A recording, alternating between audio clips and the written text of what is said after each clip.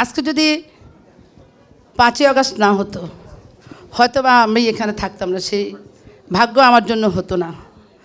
আমি খুবই কৃতজ্ঞ যারা মৃত্যুবরণ করেছেন, ওনাদেরকে স্মরণ না করলেই নয়। যারা আহত হয়েছেন, আপনারা হয়তো দেখেছেন আমার ছেলের পাঁজর থেকে শুরু করে কোমর থেকে শুরু করে পুরো আজকে পর্যন্ত আমার ছেলেটা হাঁটতে পারছে না। তাহলে আমার অনেক সান্ত্বনা যে আমার ছেলেটা বেঁচে আছে। যারা মৃত্যু হয়েছে তাদের মারা কেমন করছে আমি তাদের সমবেদনা জানাই। আমি মাত্র নোয়াখালী থেকে এসেছি। আপনার ভাই অসুস্থ, ওনার জন্য দোয়া করবেন। আমরা সবাই সবার আপদে বিপদে যেখানে হোক, আমার আসলে এখানে কিছুই নেই, শুধু আছে আপনাদের প্রতি অনেক ভালোবাসা। এই বসুন্ধরা আমার এক কাঠা জায়গাও নেই। আমি আপনাদের মণিকোঠায় ঠাঁই পেয়েছি, সেজন্য আপনাদের কাছে কৃতজ্ঞ, আপনাদের সবার কাছে কৃতজ্ঞ।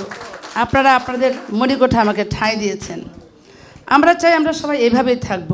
আজকে ফল উৎসব, কালকে ফুল উৎসব, কালকে বিয়ে, পরশু এক একটা যেন থাকে, আর সেখানে যেন আমি বাদ না যাই, আর কি একটু থাকবো আর কি চাই।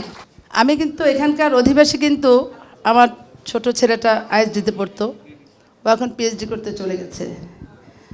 আর বড় ছেলে তো আমার সানিয়া জানেনি, মেজো ছেলেটা আমার আসছে, পরিচয় না করলে নয়, আল্লাহ হয়তো নারাজ হবে। আমাকে একটা সন্তান দিয়েছেন আল্লাহ, ও আমার মেজো ছেলে সামির মোহাম্মদ ইরফান। দেখেন, যাদের বলার অনেক কিছু ক্ষমতা, কিছু মনে করবেন না, দেখি আমার সন্তানটা কি বলে। কিছু রাগ করবেন না তো? কিছু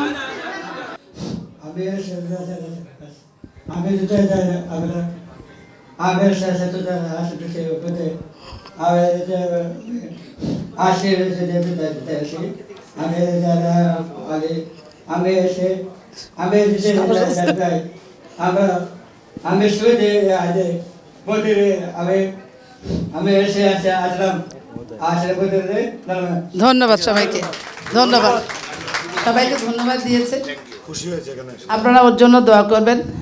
ও প্রায় কিন্তু আপন মাঠে এখানে আসে, এসে আমাদের অনেক পরিচিত, আমাদের অনেক আদরের মুখগুলো আছে, আমাদের ছোটো ভাইরা, সন্তান সমতুল্য সন্তানরা ওকে নিয়ে অনেক আদর করে। ওর বার্থডেও এখানে হয়। তো আমরা সবাই চাই যে সবাই সবাইকে চিনতে, জানতে, সুন্দর করে সবার পাশে থাকতে।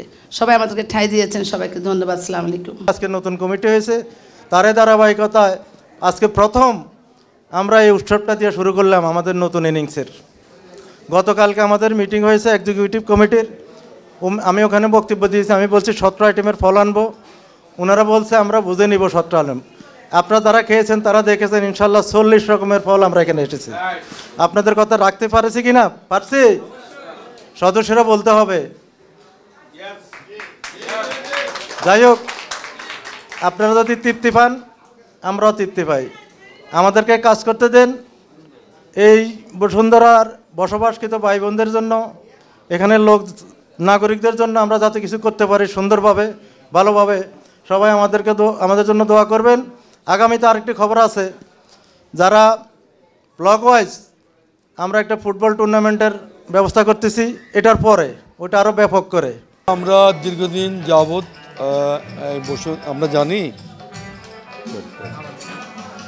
আমরা জানি যে আমাদের বসুন্ধরা ওয়েলফেয়ার সোসাইটি এটা একটা দীর্ঘদিন একটা অচলায়তনের মধ্যে ছিল।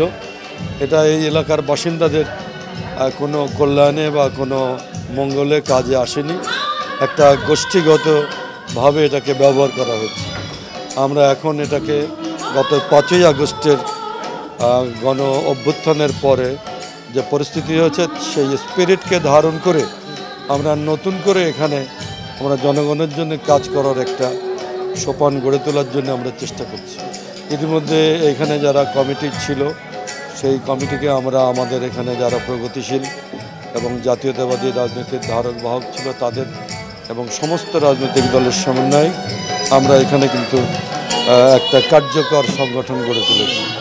এবং তারই প্রথম ধাপ হিসাবে আমরা আজকে এই ফল উৎসব করছি। ধীরে ধীরে আমরা এখানকার সমস্ত মানুষের কল্যাণে এবং মঙ্গলে আমরা নানা ধরনের কর্মসূচি নিতে যাচ্ছি। আমরা আশা করি নতুন এই সময়ে আমরা অবশ্যই এই এলাকার মানুষের মধ্যে সম্প্রীতি এবং সৌহার্দ্য স্থাপনে সচেষ্ট হব এবং এই এলাকার মানুষের সুখে দুঃখে তাদের পাশে থাকব এবং এর ভেতর দিয়েই আমাদের বসুন্ধরা ওয়েলফেয়ার সোসাইটি একটা চমৎকার অর্গানাইজেশন হিসেবে জানা যায়। বাঙালির ঐতিহ্য এবং সংস্কৃতির একটা অংশ হচ্ছে ফল উৎসব। আমরা এই বসুন্ধরা ওয়েলফেয়ার সোসাইটির যারা সদস্য আছি, আমরা একে অন্যের সুখ দুঃখের ভাগাভাগি করার পাশাপাশি এইসব উৎসবগুলোকে আরও রঙিন করতে চাই। তারই ধারাবাহিকতায় আজকের এই ফল উৎসব, আজকের এই সঙ্গীত আয়োজন।